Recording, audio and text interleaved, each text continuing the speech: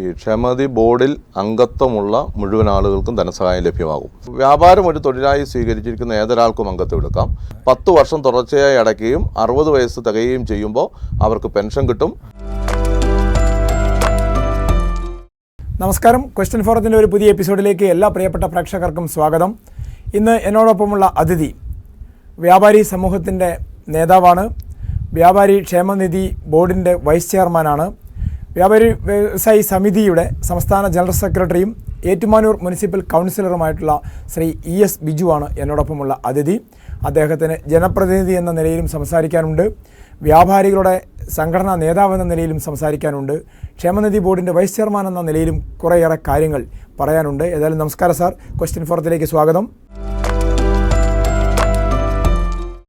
സംഘടനാപരമായിട്ടുള്ള ഇടപെടൽ നിങ്ങൾ നടത്തുന്നുണ്ട്. വ്യാപാരികൾക്ക്, ദുരിതബാധിതരായ വ്യാപാരികൾക്ക് കൈത്താങ്ങുമായിട്ട് അതിനുമായിട്ടാണല്ലോ ഇപ്പോൾ വയനാട്ടിൽ വന്നത്. അതുകൂടാതെ ഇപ്പം നമ്മുടെ ക്ഷേമ ബോർഡിൻ്റെ എന്തൊക്കെ ഇടപെടലാണ് നടത്തുന്നത്? വ്യാപാരി ക്ഷേമ ബോർഡിൻ്റെ ഇടപെടൽ എന്ന് പറയുന്നത്, ഈ ക്ഷേമനിധി ബോർഡിൽ അംഗത്വമുള്ള മുഴുവൻ ആളുകൾക്കും ധനസഹായം ലഭ്യമാകും. അത് അവർ അപേക്ഷ കൊടുക്കുന്നതനുസരിച്ച് 40,000 രൂപ മുതൽ 1,4 ലക്ഷം രൂപ വരെ ഒരു വ്യാപാരിക്ക് കിട്ടുന്നതാണ് വ്യാപാരി ക്ഷേമനിധി ബോർഡിൽ നിന്നുള്ള എക്സ്ഗ്രേഷ്യോ ആനുകൂല്യം. അത് ക്ഷേമനിധി ബോർഡിൽ അംഗങ്ങളായിട്ടുള്ള വ്യാപാരികൾക്കാണ് ലഭ്യമാവുക. അത് അപേക്ഷ കൊടുക്കുന്ന മുറയ്ക്ക് അവിടെ നിന്ന് പരിശോധന നടത്തി അതിൻ്റെ അളവ് തിട്ടപ്പെടുത്തി അവർക്ക് ആ പണം കൊടുക്കുന്നതിന് വേണ്ടിയിട്ടുള്ള ഏർപ്പാടുകൾ ചെയ്യും. ഇതല്ലാതെ വ്യാപാരി ക്ഷേമനിധി ബോർഡിൽ അംഗത്വം എടുക്കാത്ത വ്യാപാരികളെ ഏത് തരത്തിൽ സഹായിക്കാൻ കഴിയും എന്ന കാര്യം അടുത്ത ക്ഷേമനിധി ബോർഡ് യോഗം, ബഹുമാനപ്പെട്ട ധനകാര്യമന്ത്രിയാണ് ഈ ബോർഡിൻ്റെ ചെയർമാൻ, ധനകാര്യമന്ത്രിയുടെ സാന്നിധ്യത്തിൽ ചേരുന്ന ബോർഡ് യോഗം അത്തരം ഒരു തീരുമാനമെടുക്കണം എന്ന അഭിപ്രായമാണ് ഞങ്ങൾക്കുള്ളത്. അത് അതിൻ്റെ വൈസ് ചെയർമാൻ എന്ന നിലയിൽ തീർച്ചയായും ആ ബോർഡ് യോഗത്തിൽ, അടുത്ത ബോർഡ് യോഗത്തിൽ അത് ഉന്നയിക്കും. ഇപ്പം നിങ്ങൾ ഏതെങ്കിലും പ്രാഥമികമായ കണക്കെടുപ്പൊക്കെ നടത്തി കഴിഞ്ഞോ? ഇങ്ങനെ അംഗങ്ങൾ എത്ര, അംഗങ്ങളല്ലാത്തവരെത്ര, ഏകദേശം എത്ര പേരെ സഹായിക്കേണ്ടി? അംഗങ്ങളായിട്ടുള്ള ആളുകൾ ഇതുവരെ അപേക്ഷകരായിട്ട് ആരും വന്നിട്ടില്ല. അപ്പോൾ മിക്കവാറും എല്ലാവർക്കും നമ്മൾ പൊതുവായ ധനസഹായം ചെയ്യേണ്ടതായി വരും.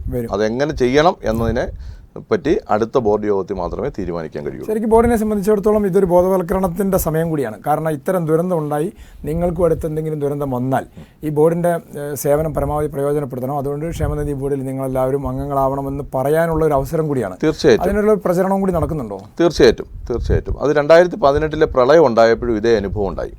പ്രളയം ഉണ്ടായപ്പോൾ കോടിക്കണക്കിന് രൂപയുടെ ഉൽപ്പന്നങ്ങളാണ് വിവിധ സ്ഥാപനങ്ങളിലായി നഷ്ടപ്പെട്ടു പോയത്.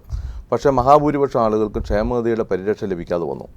ആ സന്ദർഭത്തിൽ ക്ഷേമനിധിയുടെ ആനുകൂല്യത്തിന് അർഹരായിട്ടുള്ള ആളുകൾക്ക് എല്ലാവർക്കും മുമ്പ് ഞാൻ സൂചിപ്പിച്ചതുപോലെ 40,000 മുതൽ 1,4 ലക്ഷം രൂപ വരെ നഷ്ടപരിഹാരം ലഭിക്കുകയും ചെയ്തിട്ടുണ്ട്. അപ്പോൾ ആ സന്ദർഭത്തിൽ തന്നെ നമ്മൾ കേരളത്തിലെ മുഴുവൻ കച്ചവടക്കാരോട് നമ്മൾ പറഞ്ഞിരുന്നു, പരമാവധി ആളുകൾ വ്യാപാരി ക്ഷേമനിധിയിൽ അംഗത്വം ചേരണമെന്നും അതിൻ്റെ അംശാദായം കൃത്യമായി അടയ്ക്കണമെന്നും ലളിതമായിട്ടുള്ള വ്യവസ്ഥകളാണ്, അത് പൂർണ്ണമായും നടത്തണം എന്നുള്ള അഭ്യർത്ഥന ഞങ്ങൾ നടത്തിയിരുന്നു. തീർച്ചയായും ഇത്തരം ഒരു ദുരന്തം ഉണ്ടായപ്പോഴും വീണ്ടും ഇത്തരം ഒരു അഭ്യർത്ഥന കേരളത്തിലെ വ്യാപാരി സമൂഹത്തോട് ഞങ്ങൾ അഭ്യർത്ഥിക്കുന്നു. ആർക്കൊക്കെയാണ് ക്ഷേമനിധിയിൽ അംഗത്വം എടുക്കാൻ കഴിയുക? ചെറുകിട വ്യാപാരികൾക്കും വൻകിടക്കാർക്കും പറ്റുമോ? ആർക്കും അംഗത്വം എടുക്കാം. വ്യാപാരം ഒരു തൊഴിലായി സ്വീകരിച്ചിരിക്കുന്ന ഏതൊരാൾക്കും അംഗത്വം എടുക്കാം. അതിൻ്റെ പ്രധാനപ്പെട്ട പ്രശ്നം എന്താണെന്ന് വെച്ചാൽ, ത്രിതല പഞ്ചായത്തുകളിൽ നിന്ന് ലൈസൻസ് ഉള്ള കച്ചവടക്കാർക്ക് മാത്രമേ ക്ഷേമനിധിയിൽ അംഗത്വം കൊടുക്കാൻ കഴിയുള്ളൂ. ലൈസൻസ് ഇല്ലാത്ത കച്ചവടക്കാർക്ക് വ്യാപാരി ക്ഷേമനിധിയിൽ അംഗത്വം കൊടുക്കാൻ കഴിയില്ല. അത് ട്രേഡ് രംഗത്ത് പ്രവർത്തിക്കുന്ന ആളുകൾക്കാണെങ്കിലും ഇപ്പോൾ ചില സർവീസ് രംഗത്ത് പ്രവർത്തിക്കുന്ന ആളുകൾക്കും ക്ഷേമനിധി പരിരക്ഷ പ്രത്യേകമായി ക്ഷേമനിധി ബോർഡ് തീരുമാനിച്ച് ഇപ്പം നൽകിയിട്ടുണ്ട്. അവർക്കും ഇതിൻ്റെ അംഗത്വം എടുക്കാവുന്നതാണ്. ലളിതമായിട്ടുള്ള വ്യവസ്ഥകളാണ്. 500 രൂപയാണ് ഒരു വർഷത്തെ D ക്ലാസ് മെമ്പർമാരായിട്ടുള്ള ആളുകൾ അംശാദായം അടയ്ക്കേണ്ടി വരിക. 10 വർഷം തുടർച്ചയായി അടയ്ക്കുകയും 60 വയസ്സ് തികയുകയും ചെയ്യുമ്പോൾ അവർക്ക് പെൻഷൻ കിട്ടും. അതോടൊപ്പം തന്നെ അംശാദായം അടച്ച് 3 മാസത്തിന് ശേഷം എപ്പോൾ മരണപ്പെട്ടാലും മരണാനന്തര സഹായം അവർക്ക് ലഭിക്കും. 3 മാസത്തിന് ശേഷം കട ഏതെങ്കിലും പ്രകൃതിക്ഷോഭത്താൽ നഷ്ടപ്പെട്ടു പോകുന്ന ഒരു സാഹചര്യം ഉണ്ടായാൽ അവർക്ക് ഈ എക്സ്ഗ്രേഷ്യോ ആനുകൂല്യം കിട്ടും. ഇത് പല വ്യാപാരികളും ചെയ്യുന്നില്ല എന്നതാണ് ഒരു പ്രധാനപ്പെട്ട കാര്യമായിട്ടുള്ളത്. അപ്പോൾ സംസ്ഥാനത്തെ മുഴുവൻ വ്യാപാരികളും വ്യാപാരി ക്ഷേമനിധി ബോർഡിൽ അംഗത്വം എടുക്കണം, അംശാദായം അടയ്ക്കണമെന്നാണ് ഞങ്ങൾ വ്യാപാരി സമൂഹത്തോട് അഭ്യർത്ഥിക്കുന്നത്. അപ്പം അങ്ങയെ സംബന്ധിച്ചിടത്തോളം അങ്ങ് ഒരു ബഹുമുഖ റോളിലാണല്ലോ ഉള്ളത്. പ്രത്യേകിച്ച് അങ്ങ് ഏറ്റുമാനൂർ നഗരസഭ കൗൺസിലറാണ്, സംഘടനയുടെ വ്യാപാരി സമിതിയുടെ സംസ്ഥാന ജനറൽ സെക്രട്ടറിയാണ്, അതോടൊപ്പം തന്നെ ക്ഷേമനിധി ബോർഡിൻ്റെ വൈസ് ചെയർമാനുമാണ്.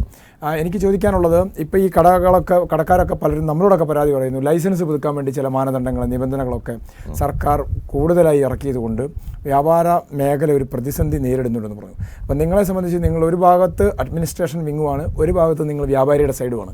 ഇത് രണ്ടും കൂടി സമന്വയിപ്പിച്ച് എങ്ങനെ പരിഹരിക്കാൻ ഈ പ്രശ്നം പറ്റും? തീർച്ചയായിട്ടും കുറച്ച് പ്രയാസം വ്യാപാരികൾക്ക് ഇപ്പോൾ ഉണ്ട്.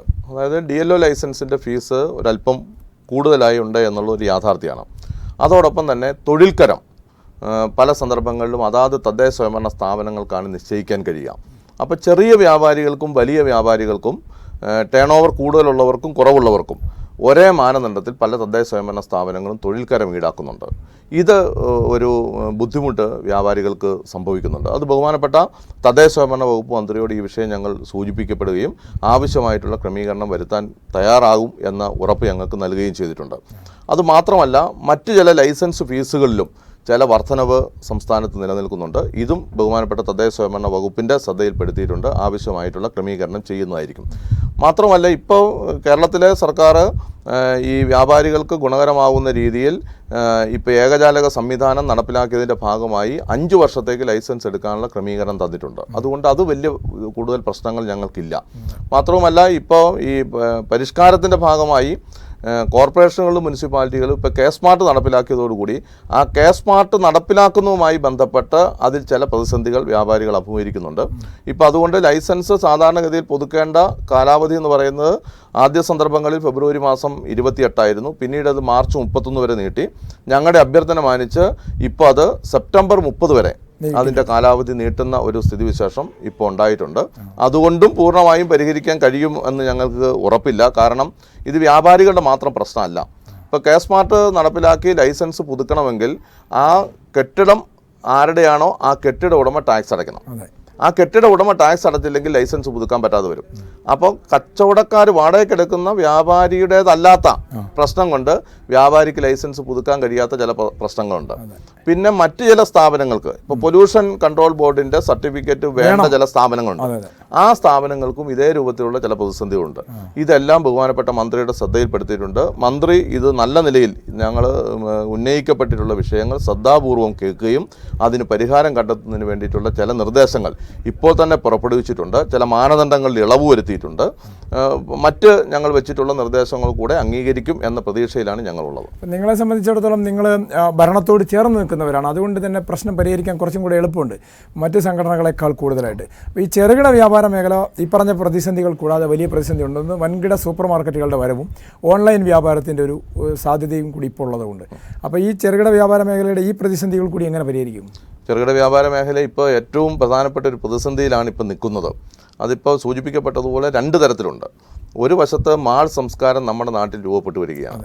വൻകിട മാളുകളിലേക്ക് ആളുകളെ ആകർഷിക്കാൻ കഴിയുന്ന തരത്തിലുള്ള പരസ്യങ്ങളും മറ്റ് ഓഫറുകളും എല്ലാം വരുന്നതോടുകൂടി സാധാരണ ഉപഭോക്താക്കൾ അങ്ങോട്ട് കേന്ദ്രീകരിക്കപ്പെടുന്ന ഒരു രീതി ഒരു വശത്ത് സ്വാഭാവികമായും രൂപപ്പെട്ടു വരുന്നുണ്ട്.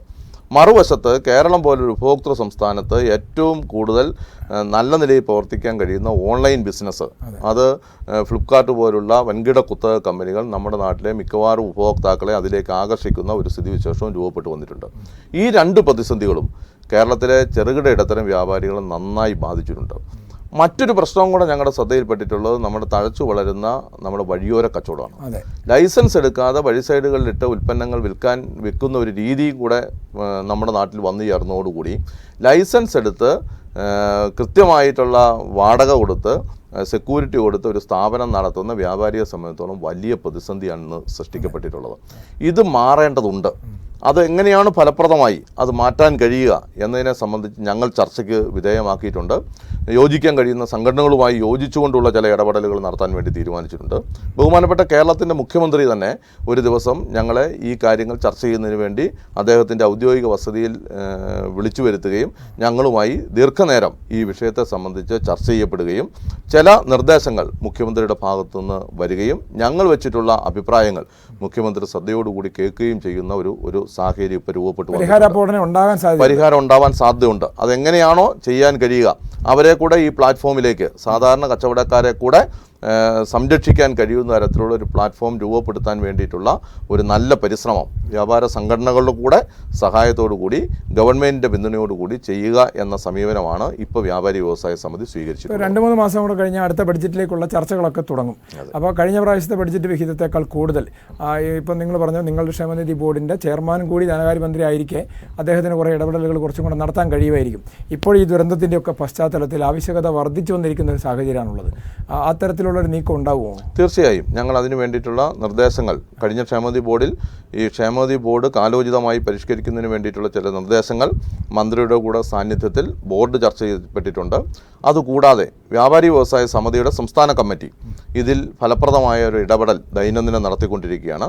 കച്ചവടക്കാരുടെ പക്ഷത്ത് നിന്ന് അതിൽ വെക്കേണ്ട നിർദ്ദേശങ്ങളെ സംബന്ധിച്ച് ഞങ്ങൾ ചർച്ച ചെയ്തൊരു രൂപരേഖ തയ്യാറാക്കിയിട്ടുണ്ട്. അത് ബഡ്ജറ്റിന് മുമ്പ് തന്നെ ബഹുമാനപ്പെട്ട ധനകാര്യമന്ത്രിയുടെ ശ്രദ്ധയിൽപ്പെടുത്തും. മാത്രമല്ല ഞങ്ങൾക്കിപ്പോൾ സന്തോഷകരമായിട്ടുള്ളൊരു ഒരു കാര്യം ഉള്ളത്, വ്യാപാരി വ്യവസായ സമിതി മുൻപോട്ട് വച്ചിട്ടുള്ള ഒരു സുപ്രധാനമായിട്ടുള്ള നിർദ്ദേശം ഇപ്പോൾ സംസ്ഥാന ഗവൺമെൻറ് അംഗീകരിച്ചിട്ടുണ്ട്.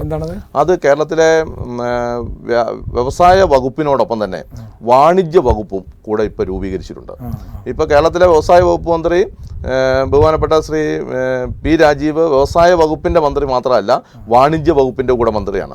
അപ്പം ഞങ്ങൾ കഴിഞ്ഞ വ്യാപാരി സമിതിയുടെ കഴിഞ്ഞ സംസ്ഥാന സമ്മേളനം കോഴിക്കോട് വെച്ച് നടക്കുമ്പോൾ ആ സമ്മേളനത്തിൽ തന്നെ ഉന്നയിക്കപ്പെട്ടിട്ടുള്ള ഒരു പ്രധാനപ്പെട്ട നിർദ്ദേശമായിരുന്നു സംസ്ഥാനത്ത് ഒരു വാണിജ്യ മന്ത്രാലയം എന്നതിനെ സംബന്ധിച്ച്. ഇപ്പോൾ ഏതാണ്ട് 3 മാസം മുമ്പ് വാണിജ്യ മന്ത്രാലയം സംസ്ഥാന ഗവൺമെൻറ് രൂപീകരിച്ചു. അതിന് സെക്രട്ടറിയെ ചുമതലപ്പെടുത്തി. അതിൻ്റെ ആവശ്യമായിട്ടുള്ള ചർച്ചകൾ ഇപ്പം നടന്നുകൊണ്ടിരിക്കുകയാണ്. വ്യാപാരി സമിതിയുടെ ഭാഗത്തുനിന്ന് ചെറുകിട വ്യാപാരികളെ സംരക്ഷിക്കുന്നതിന് വേണ്ടിയിട്ടുള്ള ചില നിർദ്ദേശങ്ങൾ ഇപ്പോൾ തന്നെ ഞങ്ങൾ മുമ്പോട്ട് വെച്ചിട്ടുണ്ട്. വീണ്ടും ചർച്ചയ്ക്ക് വിളിക്കും എന്നാണ് ബഹുമാനപ്പെട്ട വ്യവസായ വകുപ്പ് മന്ത്രി പറഞ്ഞിട്ടുള്ളത്. അത് ഫലപ്രദമായി വന്നാൽ ഈ പറഞ്ഞതുപോലെ മാൾ സംസ്കാരത്തിൽ നിന്നും ഈ ഓൺലൈൻ ബിസിനസ്സിൽ നിന്നും കേരളത്തിലെ ചെറുകിട വ്യാപാരികളെ സംരക്ഷിക്കുന്നതിന് വേണ്ടിയിട്ടുള്ള ഒരു പൊതു രൂപം കൈവരിക്കാൻ കഴിയും എന്ന പ്രതീക്ഷയാണ് നിങ്ങൾക്കുള്ളത്. സംഘടനയിലേക്ക് വന്നു കഴിഞ്ഞാൽ സംഘടന എല്ലാ ജില്ലയിലും തന്നെ സജീവമായിട്ട് പ്രവർത്തിക്കുന്നു. അംഗബലത്തിന്റെ കാര്യത്തിലൊക്കെ എങ്ങനെയാണ് ഇപ്പോൾ ഉള്ളത്? ഇപ്പം ഞങ്ങൾ 14 ജില്ലകളിലും ജില്ലാ കമ്മിറ്റികളുണ്ട്. 204 ഏരിയ കമ്മിറ്റികൾ സംസ്ഥാനത്ത് പ്രവർത്തിക്കുന്നുണ്ട്. മിക്കവാറും എല്ലാ അങ്ങാടികളിലും വ്യാപാരി വ്യവസായ സമിതിയുടെ യൂണിറ്റ് രൂപീകൃതമായിട്ടുണ്ട്. 3 ലക്ഷത്തിലേറെ വരുന്ന കച്ചവടക്കാർ ഇന്ന് വ്യാപാരി സമിതിയിൽ അംഗത്വം ചേരുന്ന ഒരു സാഹചര്യം ഉണ്ടായിട്ടുണ്ട്. അത് ചെറുകിട കച്ചവടക്കാർ മാത്രമല്ല, കേരളത്തിലെ മിക്കവാറും പട്ടണ കേന്ദ്രങ്ങളിലുള്ള വൻകിട വ്യാപാരികൾ കൂടെ വ്യാപാരി വ്യവസായ സമിതിയോടൊപ്പം അണിചേരുന്ന ഒരു ശുഭോദർഹമായിട്ടുള്ള ഒരു സാഹചര്യമാണ് ഇന്ന് സംസ്ഥാനത്ത് നിലനിൽക്കുന്നത്. പ്രത്യേകിച്ച് ഞങ്ങളുടെ സംസ്ഥാന പ്രസിഡന്റ് ശ്രീ VKC മുഹമ്മദ് കോയ കേരളത്തിലെ തന്നെ നമ്മുടെ രാജ്യത്ത് തന്നെ അറിയപ്പെടുന്ന ഏറ്റവും പ്രമുഖമായിട്ടുള്ള ഒരു വ്യാപാര സ്ഥാപനത്തിൻ്റെ ഉടമയാണ്. അദ്ദേഹത്തിൻ്റെ കൂടെ സഹായവും പിന്തുണയും ഞങ്ങളുടെ സംഘടനാ വളർച്ചയ്ക്ക് വലിയ മുതൽക്കൂട്ടായി മാറുന്ന ഒരു സാഹചര്യവും സംസ്ഥാനത്ത് നിലനിൽക്കുന്നുണ്ട്. അപ്പം മുണ്ടക്കൈ ചൂരൽമല ഉരുൾപൊട്ടലിൻ്റെ പശ്ചാത്തലത്തിൽ നിങ്ങളുടെ സംഘടന നടത്തിയ ഇടപെടലിനെയൊക്കെ അപ്രീഷിയേറ്റ് ചെയ്യാണ്. ഇപ്പം നിങ്ങൾ കുറച്ച് സഹായധനമൊക്കെ വിതരണം ചെയ്തു. അത് പരിമിതമാണെന്ന് നിങ്ങൾക്ക് തന്നെ അറിയാം. വേറെ ഏതൊക്കെ തരത്തിലുള്ള ഇടപെടലുകളായിരിക്കും ഇനി ഉണ്ടാവുക അവർക്ക് വേണ്ടി? ഞങ്ങൾ ഈ ചൂരൽമല മുണ്ടക്കൈ ദുരന്തം ഉണ്ടാകുന്ന സന്ദർഭത്തിൽ തന്നെ 3ാമത്തെ ദിവസം ഞങ്ങളുടെ സംസ്ഥാന കമ്മിറ്റിയുടെ യോഗം ചേർന്ന് ഈ വ്യാപാരികളെയും ഇവിടുത്തെ സാധാരണക്കാരായിട്ടുള്ള 400ഓളം ആളുകൾ മരണപ്പെടുന്ന ഒരു സാഹചര്യം ഉണ്ടാകുമ്പോൾ ഞങ്ങൾക്കെല്ലാം വലിയ വേദന ഉണ്ടാകുന്ന ഒരു സാഹചര്യമാണ് കേരളത്തിലെ മറ്റിതര മേഖലയിലുള്ളതുപോലെ തന്നെ ഞങ്ങൾക്കും ഉണ്ടായി. അതിനെ ഞങ്ങൾ ചർച്ച ചെയ്തു. അവരെ സഹായിക്കണമെന്ന് നിലപാട് സ്വീകരിച്ച് ഞങ്ങൾ കച്ചവടക്കാരോട് അഭ്യർത്ഥിച്ചു. വ്യാപാരി സമിതിയിൽ അംഗങ്ങളായിട്ടുള്ള ആളുകൾ അവരുടെ കച്ചവടം കുറവാണെങ്കിലും നിങ്ങൾക്ക് തരാൻ കഴിയുന്നൊരു സഹായം നൽകണം എന്ന് ഞങ്ങൾ അഭ്യർത്ഥിച്ചു. ആ അഭ്യർത്ഥന അവർ മുഖവിലക്കെടുത്തു. കുറേ വീടുകൾ വെച്ചു കൊടുക്കാനാണ് ഞങ്ങൾ ആദ്യം തീരുമാനിച്ചത്. അപ്പോൾ ഒരു 15 വീടുകൾ വെച്ചു കൊടുക്കണം എന്ന തീരുമാനമാണ് ഞങ്ങൾ കൈക്കൊണ്ടത്. അപ്പോൾ ഞങ്ങൾ കണക്കാക്കിയപ്പോൾ ഡയറക്റ്റ് ആയിരിക്കും എന്തോ അങ്ങനെയാണ് ഞങ്ങൾ ആദ്യം ആലോചിച്ചത്. അപ്പോൾ അതിന് ഒരു വീടിന് 8 ലക്ഷം രൂപ കണക്കാക്കി അതിനുള്ള ഫണ്ട് കളക്ട് ചെയ്യാൻ തീരുമാനിച്ചു. ഞങ്ങൾ ആ ഫണ്ട് കളക്ഷനുമായിട്ട് ഞങ്ങളുടെ അംഗങ്ങളായിട്ടുള്ള വ്യാപാരികളെ സമീപിച്ചപ്പോൾ നല്ല പിന്തുണയാണ് ഞങ്ങൾക്ക് ആ കാര്യത്തിൽ ലഭിച്ചത്. ഞങ്ങളിത് കളക്ട് ചെയ്ത് പൂർത്തീകരിച്ചപ്പോൾ 1,38,32,635 രൂപ സംസ്ഥാനത്ത് ഞങ്ങൾക്ക് കളക്ട് ചെയ്യാൻ കഴിഞ്ഞു. ഞങ്ങൾ ആദ്യം പ്രഖ്യാപിച്ചത് 15 വീടുകളാണ്. അപ്പോൾ 15 വീടിന് ഒരു വീടിന് 8 ലക്ഷം രൂപ കണക്കാക്കി ആ 15 വീടിനുള്ള തുക 1,20,00,000 രൂപയാണ്. ആ 1,20,00,000 രൂപ മുഖ്യമന്ത്രിയുടെ CMDRF ഫണ്ടിലേക്ക് ഞങ്ങൾ കൊടുത്തു. ഞങ്ങൾ സ്വന്തമായി കുറേ വീടുകൾ 15 വീടുകൾ നഷ്ടപ്പെട്ടു പോയ ആളുകളെ മനസ്സിലാക്കി അവർക്ക് വെച്ചു കൊടുക്കാനാണ് തീരുമാനിച്ചത്. പിന്നെ സംസ്ഥാന മുഖ്യമന്ത്രിയും ഗവൺമെൻറ്റുമായി ചർച്ചയ്ക്ക് നടത്തിയപ്പോൾ കണ്ട ഒരു കാര്യം, ഈ ഉരുൾപൊട്ടൽ ഉണ്ടായ സ്ഥലത്ത് വീണ്ടും വീട് വെച്ച് കൊടുക്കാൻ കഴിയില്ല. മറ്റ് സ്ഥലം കണ്ടെത്തണം. അത് ഏതെങ്കിലും സംഘടനയ്ക്കോ വ്യക്തികൾക്കോ അത്തരം ഒരു സ്ഥലം കണ്ടെത്താനുള്ള സാഹചര്യം ഇന്ന് ഈ മേഖലയിൽ ഇല്ല. അതുകൊണ്ട് തന്നെ സംസ്ഥാന ഗവൺമെൻറ് ഞങ്ങളോട് പറഞ്ഞു, പ്രത്യേകിച്ച് മുഖ്യമന്ത്രി ഞങ്ങളോട് പറഞ്ഞു, ഗവൺമെൻറ് തന്നെ ആവശ്യമായിട്ടുള്ള സ്ഥലം കണ്ടെത്താം. ആ കണ്ടെത്തുമ്പോൾ ആ സ്ഥലത്ത് 15 വീടുകൾ നിർമ്മിക്കുന്നതിന് വേണ്ടിയിട്ടുള്ള സഹായം നിങ്ങളുടെ ധനസഹായത്തിൻ്റെ ഭാഗമായി ഉപയോഗപ്പെടുത്താം. അങ്ങനെയാണ് മുഖ്യമന്ത്രിയുടെ CMDRF ഫണ്ടിലേക്ക് 15 വീടുകൾക്ക് 8 ലക്ഷം രൂപ വരുന്ന രീതിയിൽ 1,20,00,000 രൂപ മുഖ്യമന്ത്രിയുടെ CMDRF ഫണ്ടിലേക്ക് കൊടുത്തു. അതിൻ്റെ ബാക്കി വന്ന, ഞങ്ങൾ ആദ്യം കളക്ട് ചെയ്ത ഫണ്ടിൽ നിന്ന് ബാക്കി വന്ന 18,32,635 രൂപ ഇവിടെ 66 വ്യാപാരികളാണ് ഈ പ്രദേശത്ത്, ചൂരൽമല മുണ്ടക്കൈ പ്രദേശത്ത് കടകൾ നഷ്ടപ്പെട്ടു പോയത്. അത് ചില ആളുകൾ പൂർണ്ണമായും കട നഷ്ടപ്പെട്ടു പോയിട്ടുണ്ട്, ഭാഗികമായി കട നഷ്ടപ്പെട്ടു പോയവരുണ്ട്, ഉൽപ്പന്നങ്ങൾ നഷ്ടപ്പെട്ടു പോയവരുണ്ട്. അവരെ എല്ലാവരെയും ഞങ്ങൾ ഒരേ പരിഗണനയിൽ, അതിൽ ഏതെങ്കിലും കക്ഷി രാഷ്ട്രീയത്തിൻ്റെ പ്രശ്നമോ അതല്ലെങ്കിൽ വ്യാപാര സംഘടനയുടെ അംഗത്വത്തിൻ്റെ സാഹചര്യമോ ഒന്നും നോക്കാതെ 66 ആളുകൾക്കും ഇന്ന് ഇവിടെ വെച്ച് ഞങ്ങൾ അതിൻ്റെ ബാക്കി വന്ന ഈ 18,32,635 രൂപ അവർക്ക് പൂർണ്ണമായും വിതരണം ചെയ്യുന്ന ഒരു രീതിയാണ് ഞങ്ങൾ അവലംബിച്ചത്. അതിൽ കച്ചവടക്കാർ, കടകൾ നഷ്ടപ്പെട്ടു പോയ ആളുകൾക്ക് ഒരു ചെറിയ കൈത്താങ്ങാകാൻ അത് സഹായിച്ചു എന്നാണ് ഞങ്ങളുടെ പ്രതീക്ഷ. ആ കച്ചവടക്കാരെല്ലാം വലിയ താല്പര്യത്തോടെ ഞങ്ങളെ സമീപിക്കുന്ന സ്ഥിതിവിശേഷം ഉണ്ടായി. എന്നാൽ ഈ പണം കൊണ്ട് മാത്രം അവർക്ക് അവരുടെ ഭാവി ജീവിതം സുരക്ഷിതമായി, ഒരു വ്യാപാരം സുരക്ഷിതമായി മുമ്പോട്ട് കൊണ്ടുപോകാൻ കഴിയും എന്ന ധാരണയും ഞങ്ങൾക്കില്ല. പക്ഷേ ഞങ്ങളുടെ ഒരു ചെറിയ കൈത്താങ്ങ് ഞങ്ങളുടേതായി നൽകണം എന്ന ഒരു തീരുമാനത്തിൻ്റെ ഭാഗമായിട്ടാണ് ഇത് ചെയ്തത്. ഇപ്പം വീട് നഷ്ടപ്പെട്ടു പോയ ആളുകൾക്ക് പുനരധിവാസം എളുപ്പം നടത്താം. പക്ഷേ കട നഷ്ടപ്പെട്ടു പോയവർക്ക് അവരുടെ കടകളുടെ കച്ചവടം വീണ്ടും പുനഃസ്ഥാപിക്കുക എന്ന് പറയുന്നത് ശ്രമകരമായിട്ടുള്ളൊരു കാര്യമാണ്. തന്നെയല്ല അവിടെ സാധ്യമല്ല. വീട് നിർമ്മിച്ചതിന് ശേഷം അവരുടെ പുനരധിവാസം ഉറപ്പാക്കിയതിന് ശേഷം മാത്രമേ കടകൾ നടത്താൻ കഴിയുള്ളൂ. ആ കട അവിടെ തന്നെ നടത്താൻ കഴിയുമോ, ഈ വീട് വെക്കുന്ന സ്ഥലത്ത് തന്നെ കട നടത്താൻ കഴിയുമോ എന്ന തരത്തിലുള്ള പ്രശ്നങ്ങളും ബുദ്ധിമുട്ടുകളും ഉണ്ട്. അപ്പോൾ നമ്മൾ സംസ്ഥാന ഗവൺമെൻറ്റിനോട് ഇപ്പോൾ അഭ്യർത്ഥിച്ചിട്ടുള്ളത് ആ മുഴുവൻ കടക്കാരെയും, ഈ 66 ആളുകളെയും പുനരധിവസിപ്പിക്കുന്നതിന് വേണ്ടി ഒരു ഷോപ്പിംഗ് കോംപ്ലക്സ് തന്നെ ഈ വീട് പുനർനിർമ്മാണം നടത്തുന്ന സ്ഥലത്തിനോട് ചേർന്ന് തന്നെ ഒരു ഷോപ്പിംഗ് കോംപ്ലക്സ് പണിത് അവിടെ ഈ കടക്കാരെ പുനരധിവസിപ്പിക്കുന്നതിനുള്ള നടപടികൾ കൂടെ സ്വീകരിക്കണം എന്ന അഭ്യർത്ഥനയാണ് സർക്കാർ അംഗീകരിക്കുന്ന ഒരു പ്രതീക്ഷയുണ്ട്. തീർച്ചയായും സംസ്ഥാന സർക്കാർ അതിനനുകൂലമായിട്ടുള്ള നിലപാട് സ്വീകരിക്കുമെന്ന പ്രതീക്ഷയാണ് ഞങ്ങൾക്കുള്ളത്. അപ്പോൾ നമ്മുടെ സമയത്തിൻ്റെ ഒരു പരിമിതി കൊണ്ട് കുറേ കാര്യങ്ങൾ പറയണമെന്നുണ്ട്. കാരണം അതങ്ങ് 3 മേഖലയിൽ പ്രവർത്തിക്കുന്നുണ്ട്, 3-നെക്കുറിച്ചും ചോദിക്കണം എന്നുള്ളതുകൊണ്ട്. പ്രത്യേകിച്ച് ഞാൻ ചോദിക്കാൻ വന്നൊരു കാര്യം, ഈ സംരംഭക മേഖലയും ഇതോട് ഒന്നിച്ച് കിടക്കുന്ന ഒരു നാണയത്തിൻ്റെ 2 വശം പോലെ ഉള്ളതാണ്.